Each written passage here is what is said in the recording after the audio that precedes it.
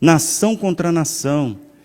Jesus foi colocando elementos que não consegue acontecer tudo de uma vez em 24 horas, ou numa semana, ou em um mês. Exige tempo. Ele não disse quanto tempo, mas ele estava demonstrando que havia tempo. É como se eu estivesse conversando com você e perguntasse assim, quando que a gente vai lá? E eu falasse assim, cara, está muito... Hoje está assim, mas eu acho que a gente pode ir, quem sabe assim, depois que eu conseguir terminar a faculdade. Sabe? E você está no ensino médio. Eu não estou dizendo para você quanto tempo isso vai acontecer, mas eu estou falando para você que existem processos que exigem tempo e que vai estar lá na frente. Então eu não marco um período, mas eu digo que eu tenho um lastro de tempo necessário. Então Jesus meio que jogou na cabeça dos discípulos, eles não perceberam, tá? Perceberam, porque a ansiedade era muito. Jesus jogou na cabeça deles e deu uma esticada no negócio, mas eles não perceberam.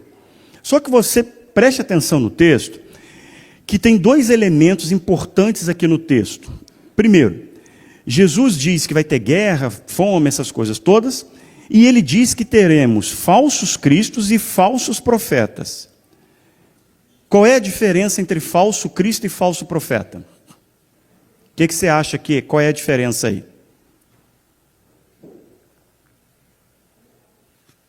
Não acha nada?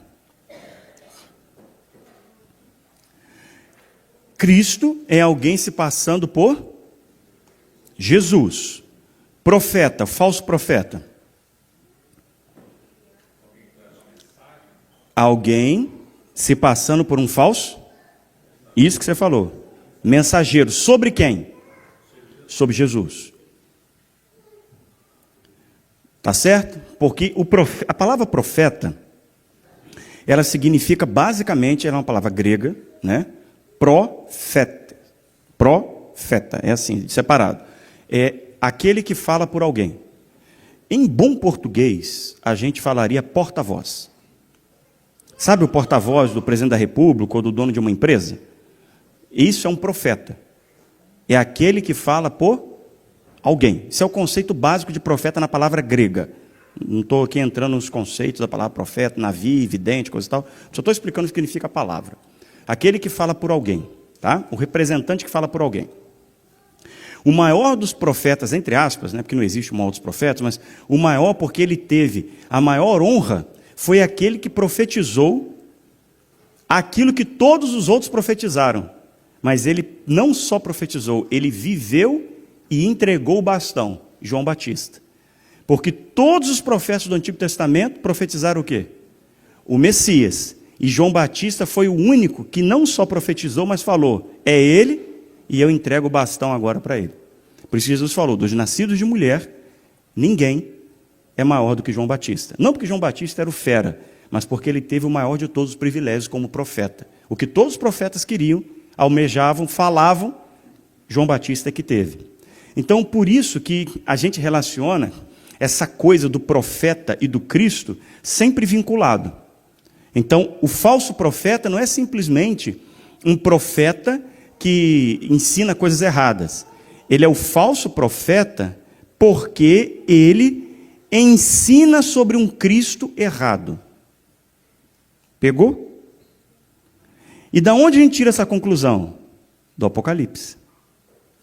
Exatamente no Apocalipse eu tenho personagens, que eu não vou abrir aqui com você agora, mas depois você pode estudar em casa, que é o capítulo 13 do Apocalipse. Eu tenho dois personagens que se colocam como o falso Cristo e o falso profeta, que são as duas bestas. A besta que sobe da terra e a besta que sobe da água. Então, é o falso profeta porque ele apresenta um falso Cristo. E é o falso Cristo porque ele tenta assumir o lugar de Cristo, como intercessor entre Deus e os homens. Pegou aí? Então, tanto que no Apocalipse vai falar, e você tem a tríade, né? A besta, que é o Cristo, o falso Cristo, o dragão e o falso profeta. É como é chamado, o falso profeta. Então, esse falso profeta, ele anuncia um Cristo falso e esse Cristo, ou Cristos falsos, que esse falso profeta, ou mais de um, vai anunciar no decorrer da história, até chegar no momento derradeiro, ele vai criar essa perspectiva da volta de Cristo, que são as perspectivas da volta de Cristo falsas.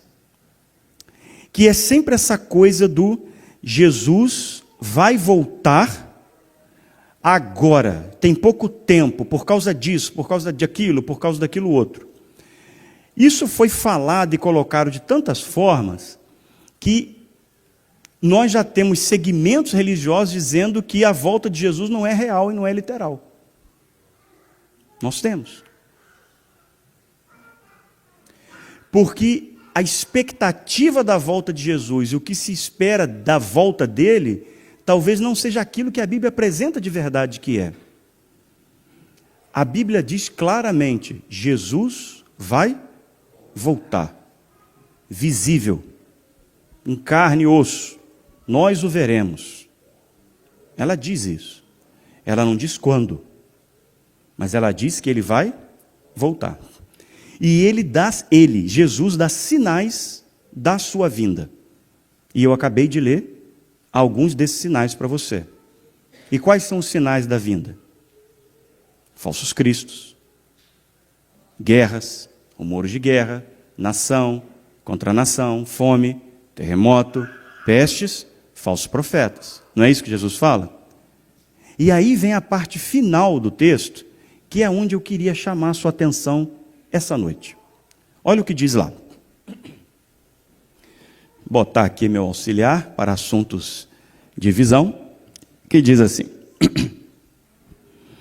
Olha o que Jesus diz no verso 12. E por se multiplicar a maldade, o amor de muitos se esfriará. Aquele, porém, que ficar firme até o fim, esse será salvo. Ontem à tarde, com um grupo aqui, a gente acabou entrando um pouco no assunto, sobre o conceito do que é pecado, o que é salvação. Você perceba que Jesus diz o seguinte, por se multiplicar a maldade, ou por se multiplicar o pecado, ele diz que o amor esfriará. Você percebe que ele não fala que a fé deixará de existir, mas ele coloca o amor esfriará. E a gente interpreta que as pessoas vão ficar ruins, porque não terão amor, não é assim? Geralmente a gente interpreta. Talvez não seja isso. Talvez seja algo muito mais complexo do que simplesmente relações.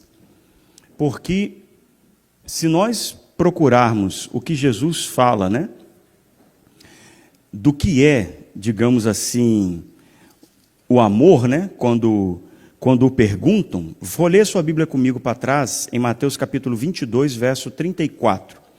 Mateus capítulo 22, verso 34.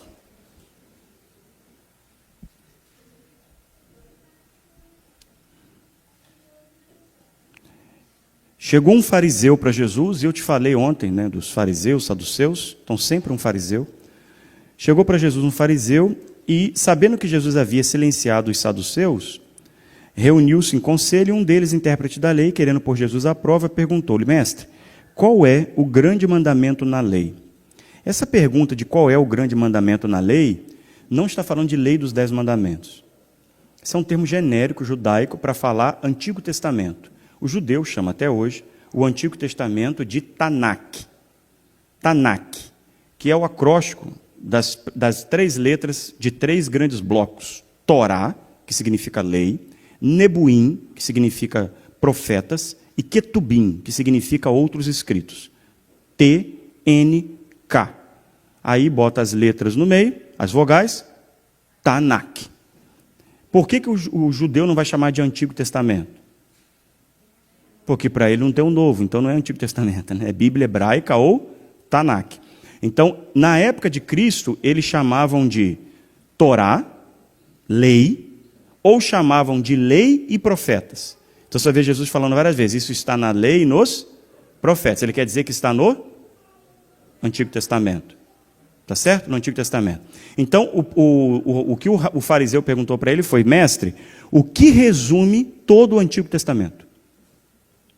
Todo o Antigo Testamento. qual é a grande lei do Antigo Testamento? Aí Jesus respondeu para ele: ame o Senhor seu Deus de todo o teu coração, de toda a tua alma, de todo o teu entendimento. Este é o primeiro e grande mandamento. Jesus não falou nada novo aqui. Isso está em Deuteronômio 6:4. Ok? E 5. Depois Jesus diz: e o segundo semelhante a este, ou seja, de igual forma, semelhante a este, ame ao seu próximo como a si mesmo.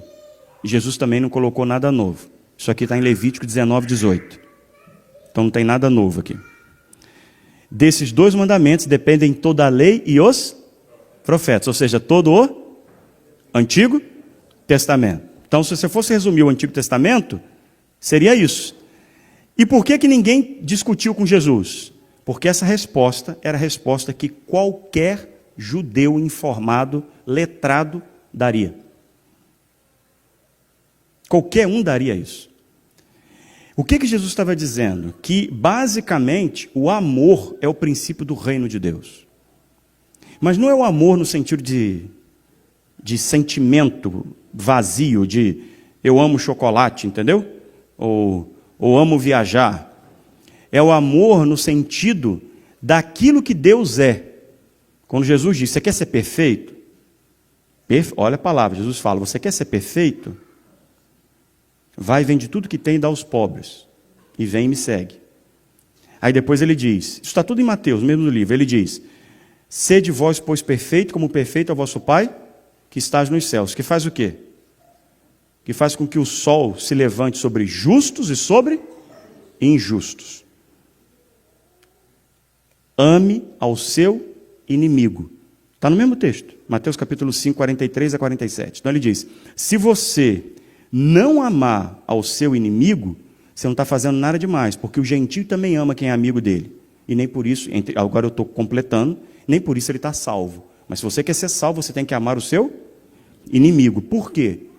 Porque o amor salvífico, que é o amor de Deus, que é o amor bíblico, é o amor do sacrifício. Qual o sacrifício? Você abre mão de você pelo irmão. Isso é amor. Por isso que para nós, a interpretação básica do que é a palavra de Deus, do que é a lei de Deus, e não é, eu falo para nós porque a gente está seguindo a Jesus Cristo, seguindo as palavras de Cristo, obedecer os 10 mandamentos é amar. Amar de forma sacrificial. Por que é sacrificial?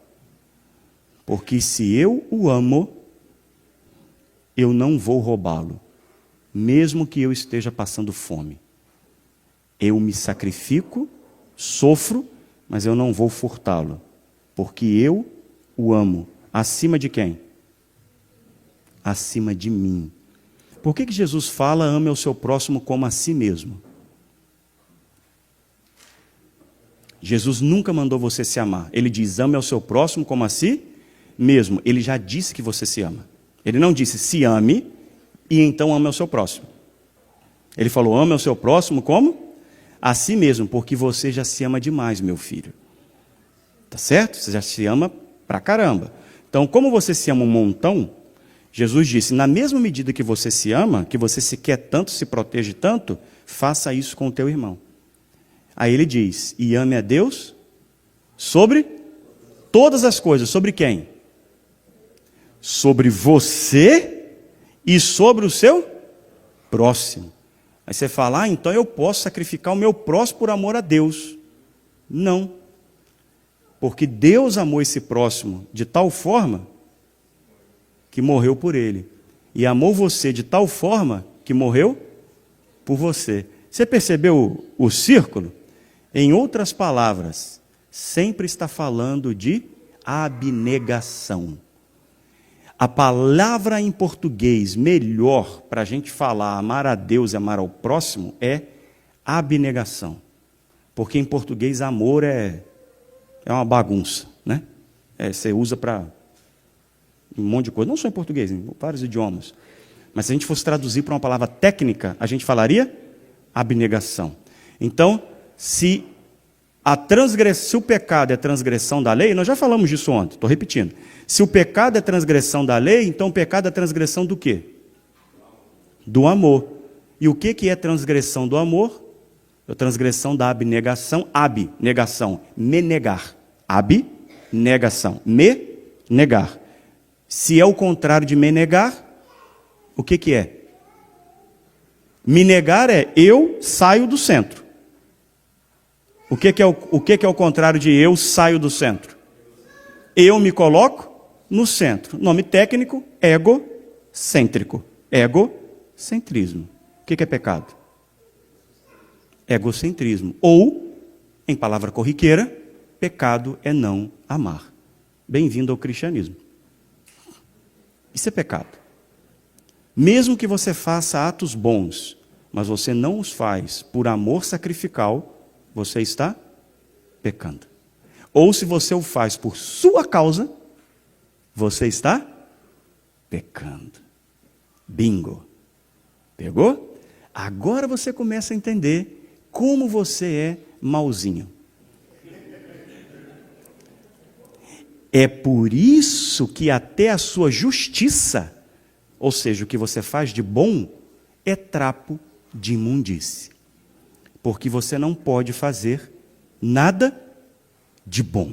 Por que você não pode fazer nada de bom?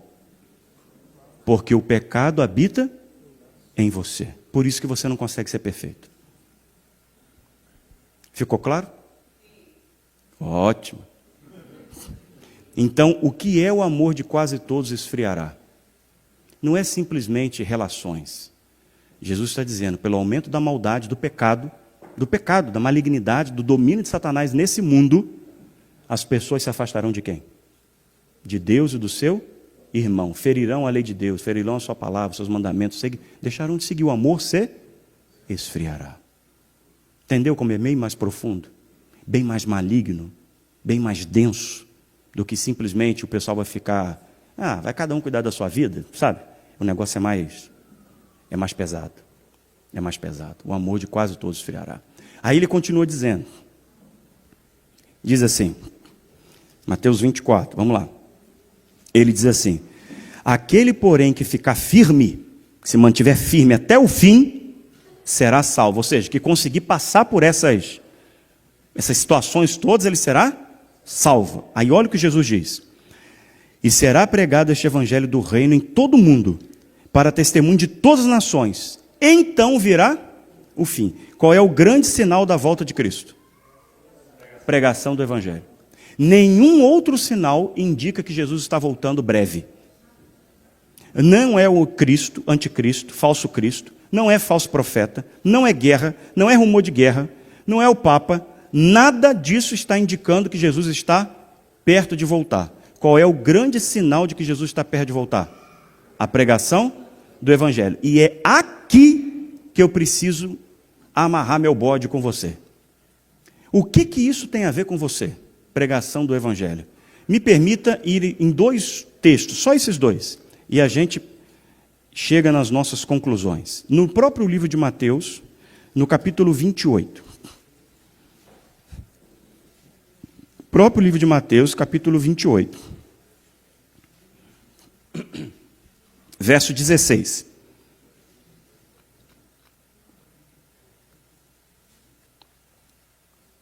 Mateus capítulo 8, verso 16 em diante. Mateus 28, verso 16 em diante. Pegou? Mateus 28. Foi? Esse texto a gente chama de a grande comissão. É um nome que ficou no cristianismo, tá? Que é a grande ordem de Jesus para a gente cumprir o mandamento, cumprir o discipulado, cumprir o evangelismo, digamos assim. Grande comissão. Vai e faça. Em português tem uma piada, chama-se mensagem a Garcia. Entendeu? Vai e faça. Mas diz assim... Verso 16.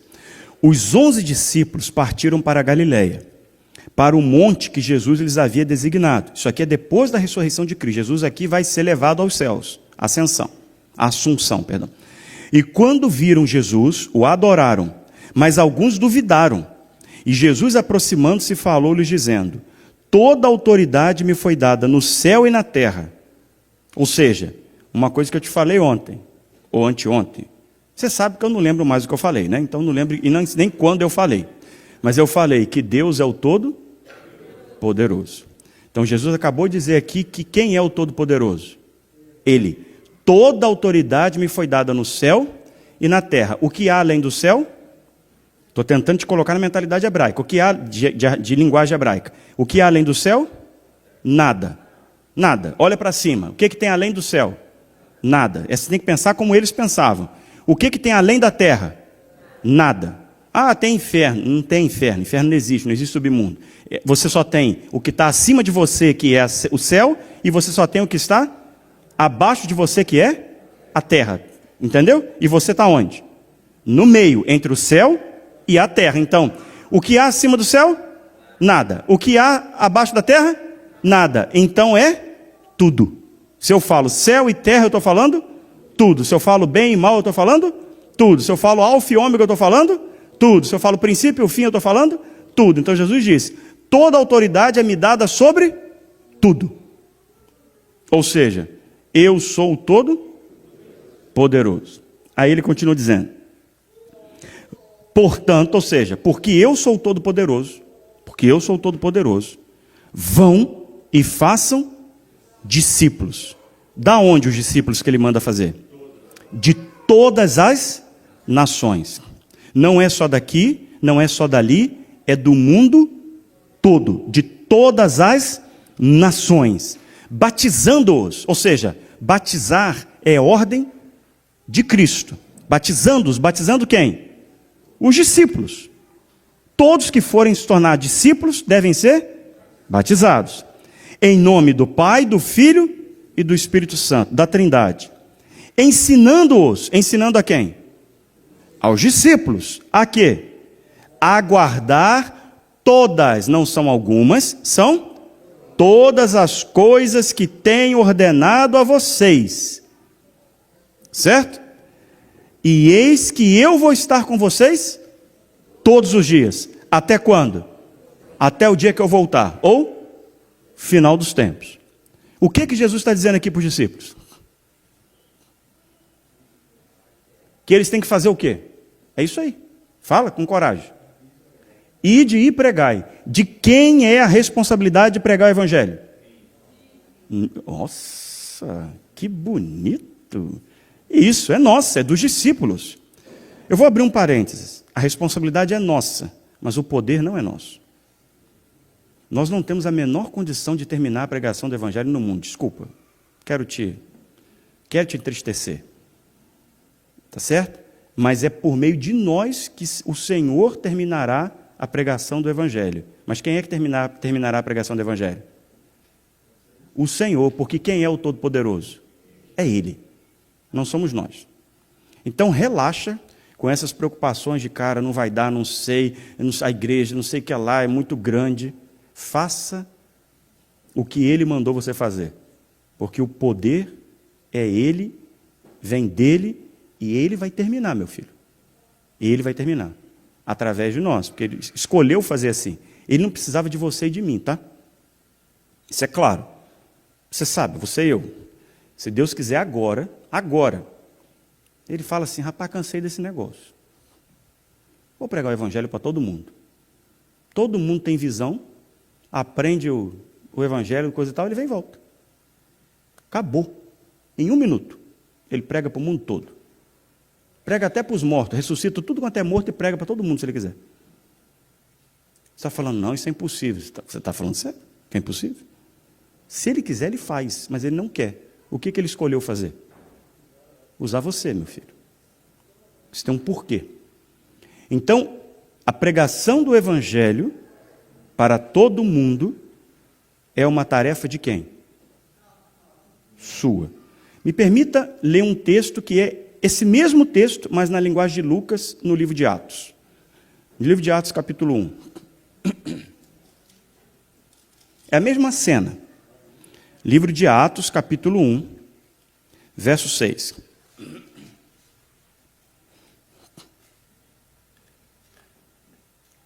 Olha o que Jesus diz.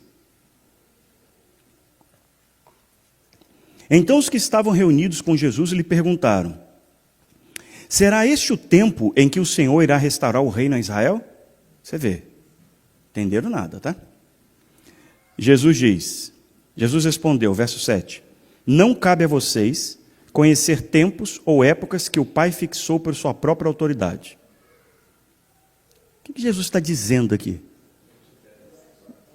Não fique perdendo tempo querendo saber se Jesus volta hoje ou volta amanhã. É isso que ele falou. Não cabe a você isso. O que cabe a você?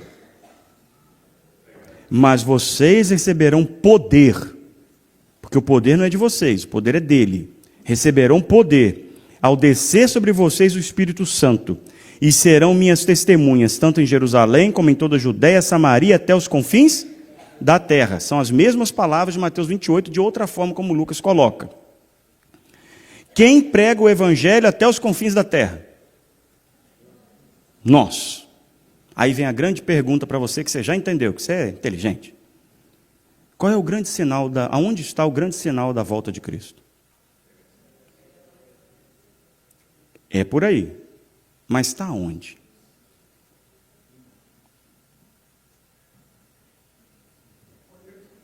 É isso aí. É aonde? Localiza. Não no tempo, localiza. Ótimo. O grande sinal da volta de Cristo não está lá fora. Não estão nas guerras. Não estão no papa que entra e que sai. Não está em fome, não está aí. O grande sinal da volta de Cristo está no povo de Deus. É a condição do povo de Deus que indica que Jesus está prestes a voltar. Quando o povo de Deus se levantar para pregar o Evangelho, então o Evangelho será pregado a todo mundo e então virá o fim. Por isso que a gente perde tempo e se preocupa com coisas sobre a volta de Jesus que elas não são relevantes. Eu não estou dizendo que elas não são importantes, por favor. Eu não estou dizendo que a gente não tem que estudar as profecias, não é nada disso. Eu não estou dizendo que não é importante a gente saber os tempos, sabe? Os cálculos proféticos, 2.300 tardes manhãs, eu estou falando isso é muito importante. Para fortalecer a nossa fé, para clarear para a gente o caminho. Mas o ponto principal da volta de Cristo está na condição do povo de Deus. E aí vem, acho que foi o Senhor que falou, a presença do Espírito Santo no povo de Deus. Esse é o principal sinal da volta de Cristo. Porque quando o povo de Deus se levantar, cheio do Espírito Santo, como uma só voz, pregando o Evangelho aos 4 cantos dessa terra, então a obra será terminada e ele voltará para nos buscar. Esse é o sinal derradeiro da volta de Cristo. É isso que falta. É isso que falta. Falta a gente. Nós. Entendeu? Se você olhar Mateus 24, amigo, você quer mais guerra? Relaxa, vai vir um monte. Você quer mais fome? Vai ter sempre. Você quer terremoto? Vai vir. Porque isso vai acontecer e vai piorar. Mas o fator mais importante de tudo aquilo que Jesus disse é a condição do povo de Deus. E por que é a gente que tem que pregar o Evangelho? Por que não é Deus resolvendo isso? Me permita agora gastar uma teologia com você, porque eu tenho que mostrar que eu sou inteligente, né? Que eu tenho, né? Gabarito, coisa e tal, tem que valer o passe, né? Tem que valer o gasto. Então, vamos lá. Quando você faz uma promessa para alguém, você diz assim, por exemplo, olha, principalmente, vou botar para criança, que é o mais fácil, né? Que criança, né? Você chega para a criança e fala assim, nós vamos viajar de férias daqui a 3 meses. O que a criança começa a te perguntar no mesmo dia? Exatamente isso aí, é o burrinho do Shrek. Vai te perguntar o quê? Já chegou? Já chegou? Já chegou? É amanhã? O que mãe, 3 meses é amanhã? Não é assim? Porque a ansiedade dela viver aquela experiência que você colocou no coração dela é tão grande, é como ela ainda não tem a dimensão de tempo, né? De estrutura de tempo, para ela quer que seja hoje. E aí você fala assim, nós vamos para a praia, por exemplo. Ela já vai para o quarto, já pega a roupa, a boia, e já vai querer arrumar a mala para poder ir para onde? Para a praia, mas você vai para a praia daqui a um mês, uma semana, sei lá. Mas ela já vai vivendo a praia. Meus filhos eram pequenos, e aí chegava esses negócios de Páscoa, Natal, coisa e tal. Minha família sempre fez assim, comprou nunca presentes muito caros, foi da minha família, que estou falando de pai de mãe, pai, sempre foi assim, da minha esposa também, mas era o presentinho e não podia abrir para fazer aquele mistério com a criança. E aí meus filhos pediam para a gente fazer a caça ao chocolate, né, o ovo, seja lá o que tinha ganhado lá. Não posso falar o que eu ia falar, porque eles podem estar assistindo, vou acabar com a infância deles, mas geralmente, né, fazia lá. E aí a gente fazia, sabe, aquelas coisinhas a gente fazia com pistas, sabe? Sou não sei o que lá, e estava na geladeira, sabe, esse tipo de coisa, caça ao tesouro, brincava com eles ali no apartamento, coisa e tal, eles gostavam. Eles já tinham visto o chocolate, que a gente já tinham visto, mas eles queriam a experiência, achar o negócio, entendeu? Ansiedade, será que já está chegando, coisa e tal, papapá. Você antecipa. Quando você acredita na promessa, você antecipa a promessa, o futuro. O que é o termo técnico? A promessa, ela presentifica o futuro. Bonito, né? Grava aí. Quando você for, meninos que estão aqui, for pedir a menina em namoro, você fala, essa promessa que eu estou fazendo a você, eu estou presentificando o nosso futuro ao colocar essa aliança na sua mão. Paz, eu devia ter falado isso quando eu fui casar. Tinha que ter falado isso. Mas enfim, a promessa, ela antecipa o futuro. Não é que o futuro vem para agora, porque isso não tem como, né? A gente não acredita em de volta para o futuro, tá certo? Em filme. Mas você antecipa porque você já vive, de alguma forma, a promessa. Você já vive. Sabe quando você arranja um emprego, vai receber o primeiro salário? E aí você já gastou o primeiro salário, porque você vai recebê-lo? Entendeu? Você já está endividado, porque você já viveu o primeiro salário que você não recebeu. Isso é presentificar o futuro. Você o vive agora.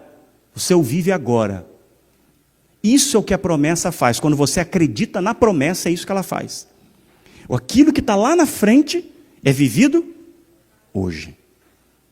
A volta de Cristo é a maior promessa da Bíblia. Quando nós falamos da volta de Cristo, nós precisamos vivê-la hoje.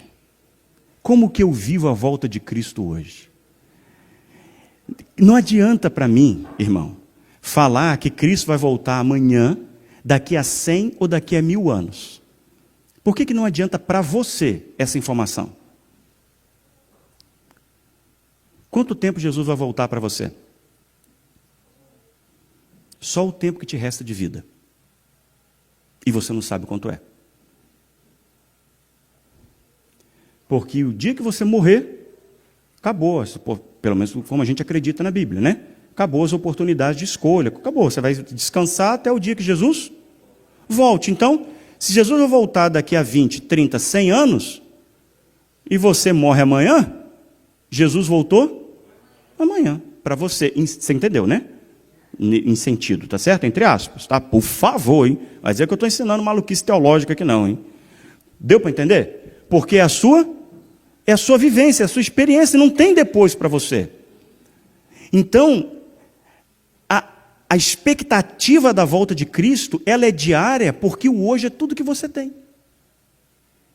Gente, o ontem passou. O que você consegue resolver do ontem? Acabou, amigo. Aí você fica angustiado com a culpa do ontem. Acabou, mano. Acabou. O que você consegue resolver do amanhã? Nada, não te pertence. Você só consegue viver o hoje. E é por isso que tem uma frase que eu tenho na minha Bíblia escrita, que é uma frase que me fez um bem danado, que está num livrinho muito bom, de uma escritora chamada Ellen White, que ela diz assim: viva a vida da fé hoje.